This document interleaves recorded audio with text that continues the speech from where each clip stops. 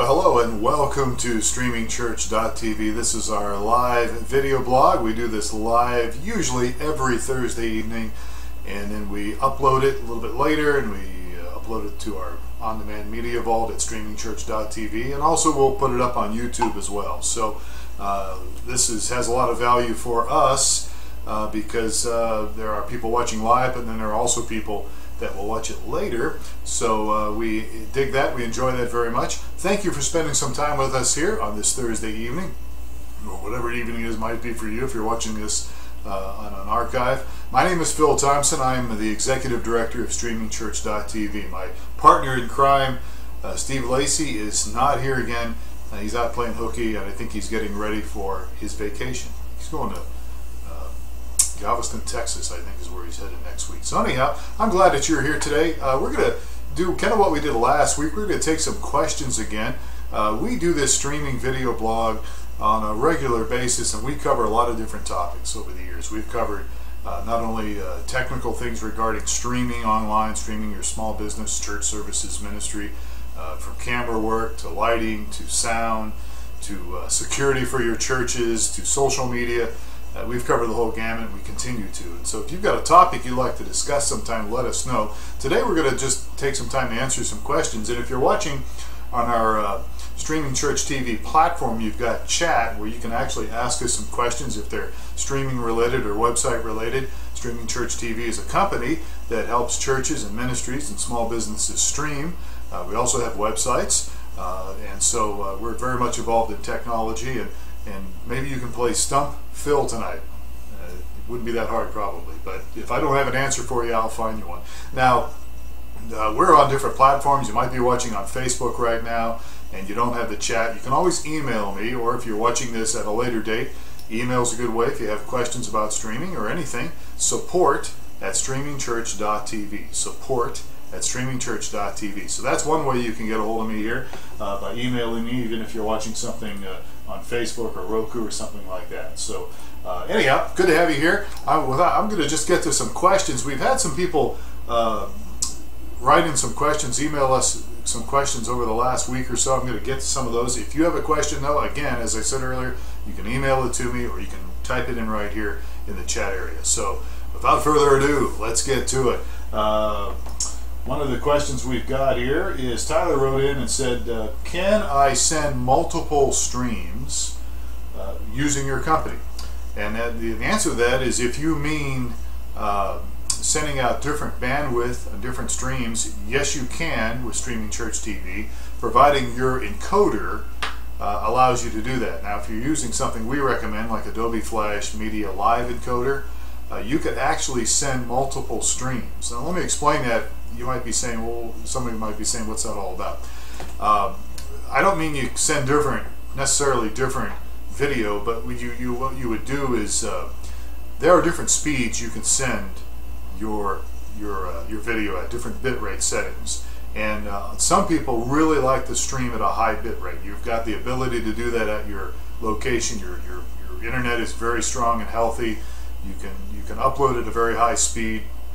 It does increase the quality of your picture, and especially if you're going to stream to something else like a different campus or a really large flat screen TV, and then your bit rate is definitely going to affect the quality of that. However, if you send a high bit rate out, other people may not be able to view that because their internet service provider where they're living or whatever may not be fast enough to download that. And it's still possible today, even though it's 2012, there are bad internet service providers and bad connections out there, even in the United States of America. So you can always send a lower speed bandwidth, a medium speed where you dial it down a little bit, you set it at a different bit rate.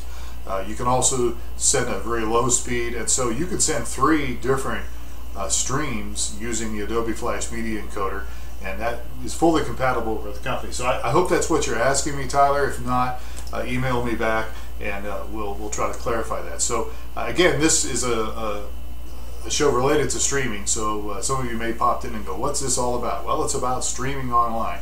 And multiple bit rates, sending multiple streams using different speeds is definitely a valuable thing depending on what you're trying to do with it and how you're trying to do it. Honestly, folks, I have found that most of the time when you're streaming, you don't really have to stream much more than 250, 300, 350 for your bit rate on your upload speed. Most people are watching it on an iPhone, an iPad, or a computer like this, and really sending it much higher than, I mean, you can do that, but it is going to cost a little more as far as bandwidth goes. And there is some issues sometimes when it comes to people, again, getting it on the other end. Don's follow-up question to that, I see, Don, is that bit rate automatic to the viewer? Well, what we tend to do, no, it's not. If you've got multiple bit rates, you're going to have to put links on your platform so that people can do that. My own church that I stream with, alivechurch.com, if you go to alivechurch.com and go to their streaming platform, you'll see a low speed link on the platform, you'll see a medium speed. And so you will have to put a different link on the platform so that when people dial into it, they can click on that link. So it's not automatic in that sense. They're going to have to choose their bandwidth. That's a good question, Don. Not bad. All right, so let's move on here a little bit here, and if you have any more questions, follow-up questions on that, you can do that. Feel free, if you just joined us, feel free to ask me questions here about streaming-related things, or something close to that. You can type in the question if you're watching on the streamingchurch.tv platform, or email it to me at support@streamingchurch.tv. All right, I'm Phil Thompson. Steve Lacey is away from the desk here. Carl had a question, and this may be related to our little newsletter we sent out every week. His question is, what do you mean by the auto upload feature to YouTube? Well, everybody knows what YouTube is, right? Now with Streaming Church TV, if your church ministry, whatever, you're going to archive something you've streamed live. So after you've streamed it, you archive it to your hard drive, and then eventually, when you get around to it, if you want to do post-editing or whatever, you upload it to our servers, to your on-demand media vault. We have a video vault that is unlimited. You can put up all your archives up there. People can watch those later on demand. And you hopefully are taking advantage of that if you're with Streaming Church TV. Well, now, if you upload that to the media vault, and you upload it in an MP3 wrapper, in other words, encoded as an MP3, it will automatically be uploaded to YouTube. And so when people go to your on-demand video vault on your website, they click to the link, and they're going to see your on-demand vault. There's a list. Many people click on the list, drops the list down, all the different messages you've got on there. If you've encoded it as MP4, it will have a YouTube icon next to it, and people can watch the same video on YouTube if they want. So YouTube's a great, I mean, everybody's on YouTube, everybody's watching YouTube. There's actually more than kittens playing on the pianos on YouTube. And so YouTube's a great resource. So your service can be on YouTube. It can be automatically put on YouTube simply by, when you upload to your media vault in an MP4 encoding, in an MP4 file, and it will automatically go to YouTube, and we actually have a YouTube account, streamingchurch.tv, and people will find it there, and they can just click it on your website. Does that make sense? So hopefully that will help. And that is something I think is a pretty cool little tool. But however, you've got to encode it as an MP4 in order for it to work. All right. Okay. Bear's got a question. Can I create a personal live stream page that you can link to the sign-in page at Streaming Church and have the chat embedded on my personal page? Okay. If I follow you right here, Barry, you can have a personal live stream page.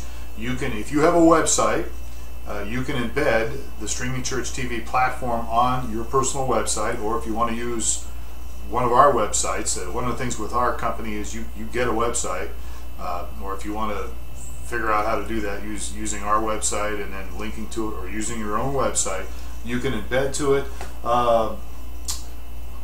And if you're streaming, if you have an account with us, when people are checking out Streaming Church TV and they want to check out who's streaming right now, if you're streaming, it's going to show up that you're streaming live. Okay, and the same goes for Roku, for that matter, as well. If you want to be on a Roku and you've encoded so in an MP4 format, it's going to show up on Roku. So when people go to streamingchurch.tv Roku channel, they'll then they look and see if you're streaming and your countdown clock is set and you stream during that time, it's going to show up as a live stream. So I don't know, does that help you, Barry? Does that make any sense what I'm saying? So you can create a personal live stream page. You can just use the platform here. You get your own Streaming Church TV platform, or you can use one of our websites. And if you're streaming, again, it can be embedded and all that. So hope that helps. Sometimes going through this, if I didn't answer that, just do a follow-up here in the chat, and I'll hopefully be able to solve that for you. Or you can email me later, or we can talk later on the phone. Okay, so awesome, cool. Thanks, Barry. All right, let me move on here a little bit to what we've got going here with some questions. Jason, do you have an automatic upload to video on demand? There are at least one or two companies that I'm aware of that have an automatic upload to the video vault. So, I mean, we have what we call an on-demand video vault. It's an archive. As of right now, when you stream with us and you need to save it to your hard drive, there's a way you can do that on your encoder. And then later, as I was talking earlier about the YouTube deal, later you upload it using an FTP software to upload it to our server. Now, so we don't have an automatic thing yet. However, if you happen to see my newsletter today, and that may be part of this question here, breaking news, we will have an automatic upload coming soon. In fact, we've already developed it. Our people have developed it. It works. We just have not made it so that it's user-friendly enough for a dummy like me to implement it, if that makes any sense. So what I'm getting at is we've got the technology, we've tried it, we've tested it, it works. So what we are going to do is configure something where you'll be able to, if you're like the administrator at your church or ministry and you oversee the streaming and you're turning the streaming on and all that good stuff, you will have the ability to start archiving automatically by just clicking a button, and that will save you a lot of time and hassle with archiving. And I understand archiving does take some time, although some people like it because they want to edit and do some things. However, with this new technology we're going to implement probably in the next 60 to 90 days, you'll be able to simply start archiving it exactly when you want it to, and then all that. So that's good stuff. But Barry, I saw your follow-up here. You're going to call me. That's fine. Just give me a call sometime tomorrow if you want, and we can talk some more. So, in answer to your question, Jason, we will have automatic upload, and we will have it soon, and it's going to be pretty cool. I'm looking forward to it because I have to. One of my jobs at my church is archiving. It's kind of tedious, you know. It's okay, but it does take a little bit of time. Alrighty, about 12 minutes after here, we've got plenty of time to take some questions. If you've got a question for me, you can type it in here in the chat, streamingchurch.tv, and excuse me here. Nothing like refreshment here. Or if you're watching on Facebook or something, you can email me support at streamingchurch.tv. Let me check, see if I have any emails coming in here. No. All right, more questions though from some people that emailed me earlier in the week. Is there a limit to the amount of viewers I can have watching my church service? That's from Pastor Gill. Is there a limit on the amount of viewers I can have watching my church service? Well, Pastor Gill, the answer is really no. It's not really infinity per se, but the truth is, I believe our max is going to be, our max, for according to my server guys, is about 20,000 people. So there could actually be 20,000 people viewing your live service all at once online. That's really going to fill up the chat area. But honestly, that can work. Now, if you're going to have over 20,000 people viewing the service, please give us a call 4 or 5 hours ahead of time at least, so we can just make sure we have some arrangements going so we're able to cover that stuff, because it does take bandwidth, and if you get over 20,000, then we may have to put you on a different server to do that. Okay, so I think the max that we've had on our servers in one shot was 27,000, I think, and it was a political thing years ago with John McCain, and I don't remember what the whole deal was. That was a few years ago. Okay, so but that wasn't me personally that streamed that. That was somebody else. So we've got the ability. Our servers can handle. I get that question every so often. How many people can I stream? And the truth is, you know, it's at least 20,000. And then if you're going to do more than that, let us know. Okay. All right. Yeah, that would be pretty cool. I think the most I've been a part of has been 900 or 950 at a time. And if you look at the chat, if you're watching on this deal and you see who's online, it really fills it up. Of course, now there could be people watching now on Facebook, and you don't really know they're on till later. People watching on Roku or the iPhone, and they don't show up in the chat, and so you're not sure that you don't always know they're online watching you. But you can find out later because you can get stats. We have real detailed stats called Sawmill.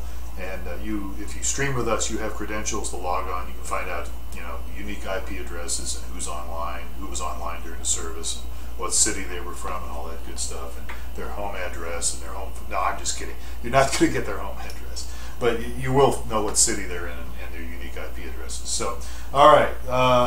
Sometimes I goof around here. Sorry.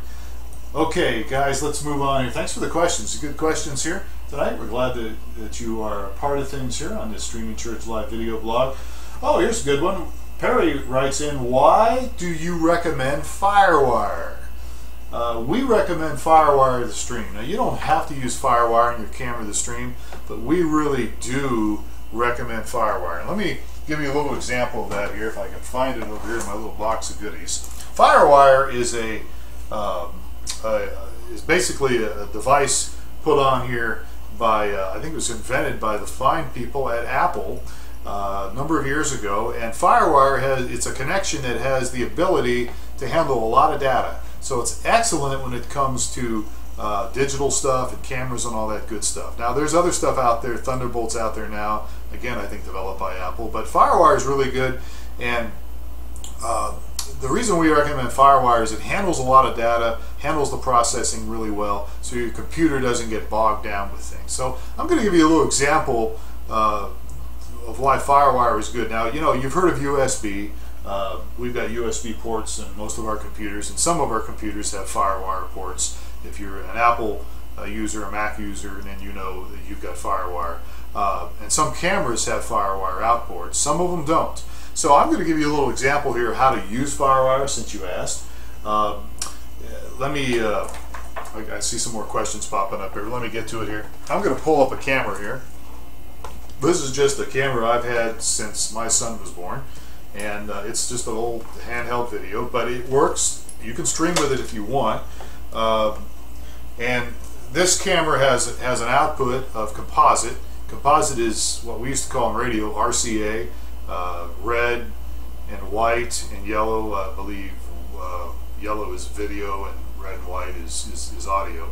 But it also has S-video as a connection as well. So the camera here has this. And what you want to do here is you want to, if I can find it here. Oh, here it is. I also recommend very strongly, Grass Valley has a video capture device. It's an ADVC55. If you're listening on a podcast here, it's ADVC55. It's put out by Grass Valley. This is a video capture device. You see, it's not very big.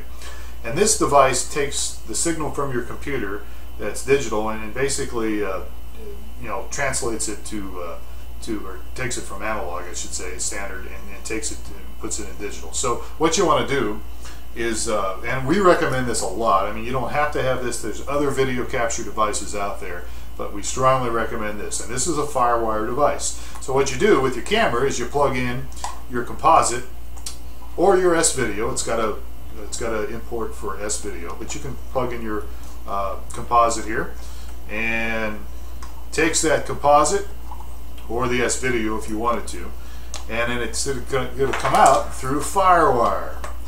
And there's your FireWire cable here, and the FireWire is going to go into your computer.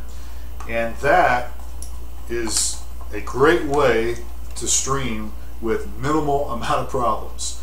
There's a little more to it than that, but not much. I mean, it's pretty simple, and it really helps. So FireWire handles a lot of information. It's a connection port that's able to handle a lot of data, and it's not going to get bogged down like USB might, or something else that you have might. So I would strongly encourage FireWire, Perry, because it's just something that we have found has the least amount of problems with streaming. Now you can use other devices. There are USB devices. There's Dazzle. It's put on by Pinnacle. Again, it's about the size of the palm of your hand. And again, it has USB or S-video, and it has, the only difference is instead of FireWire out to your computer, it's going to go USB out, and that can work. I use another device I got from Radio Shack of all places. It's a Gigabyte, I think is what it's called, video capture device, $47, and I can plug into it, and I can plug into the computer here and stream with it. I don't recommend it, although it does work.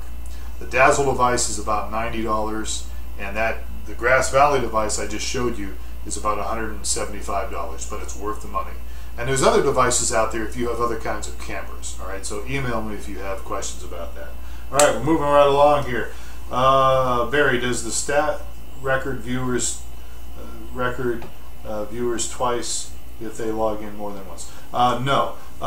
Actually, you're talking about the Sawmill data we were talking about earlier, the statistics that we have for you.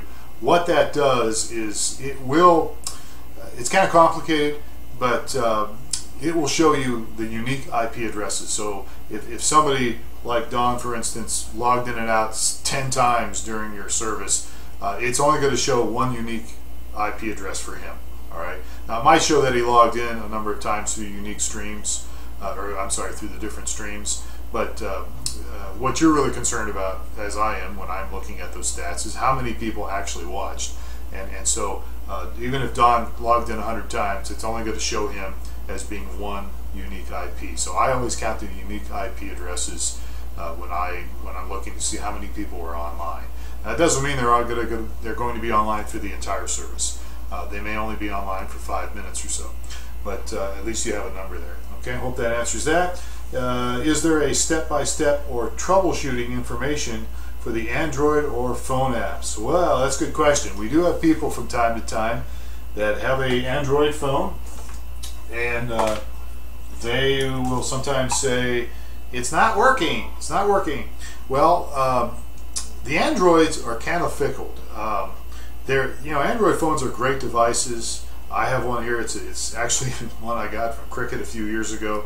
I'm probably going to get rid of it here and get an iPhone. iPhone's going to be available of all places on Cricket, and I'm probably going to get an iPhone at this point for a lot of reasons. One of them, which when I'm doing things here with Streaming Church TV, sometimes it's good for me to have an iPhone to help people that are streaming. So, but Androids, their operating systems vary a little bit.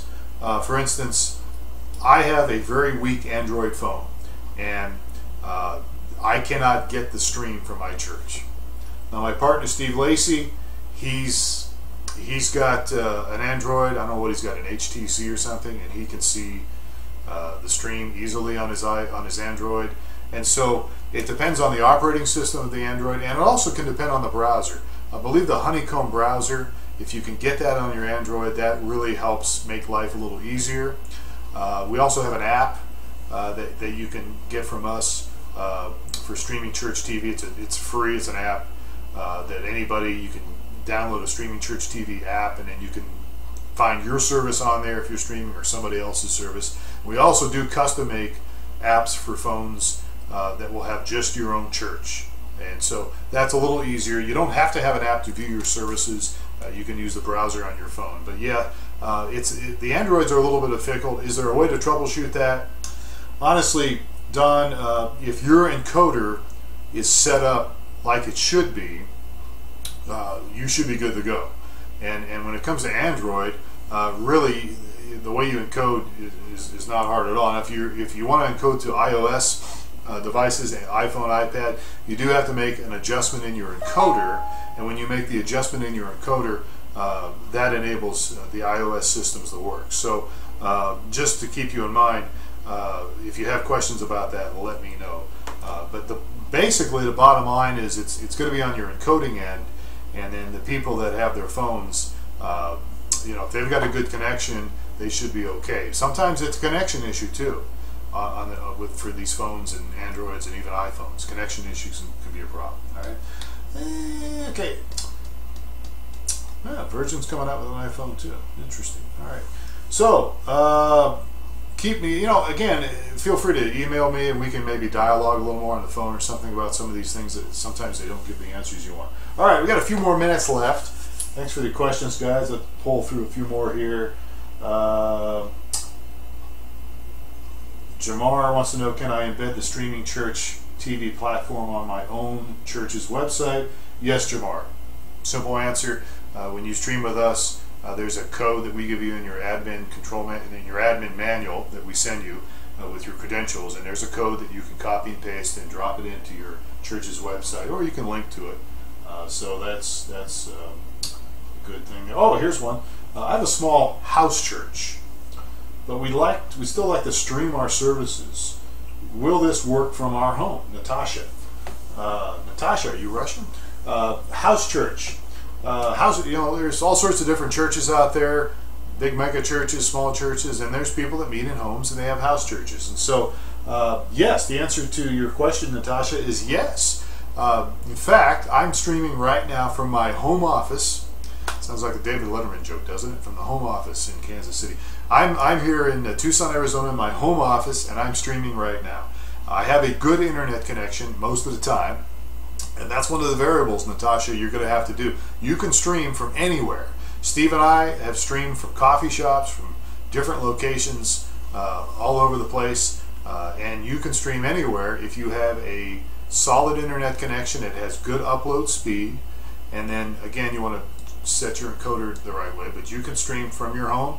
And, you want to make sure you have good lighting, some of the basics, good lighting, good sound. And as long as your internet connection's healthy, you can do that. And we have people that we have some clients that are actually counselors that stream from their offices and have people online, and they actually do live streaming and small businesses. We've got somebody that travels to different businesses. They're in the social media realm, and they're in different locations. So the internet connection is a big thing, and you can find that out simply by going to our website, streamingchurch.tv, and you can go to our resource menu, and there's a test your speed link, and you want to test your speed with our resources, our test your speed link, because you can test your speed with other people, but it may not reflect an accurate representation of your upload and download speed and your quality of connection and all that, because our test is better because it goes to our servers, not because we're better than anybody else, but because it's going to go, the test your speed is going to go to our servers, and so it's going to give you an accurate